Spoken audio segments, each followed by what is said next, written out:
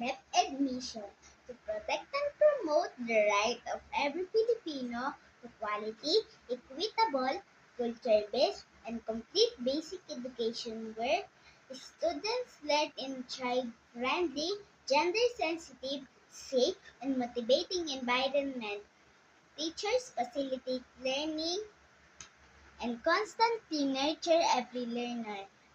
Administrator and staff as stewards of institution ensure enabling and supportive environment for effective learning to happen.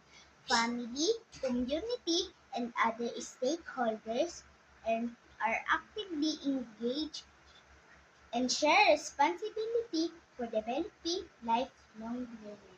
DepEd Vision.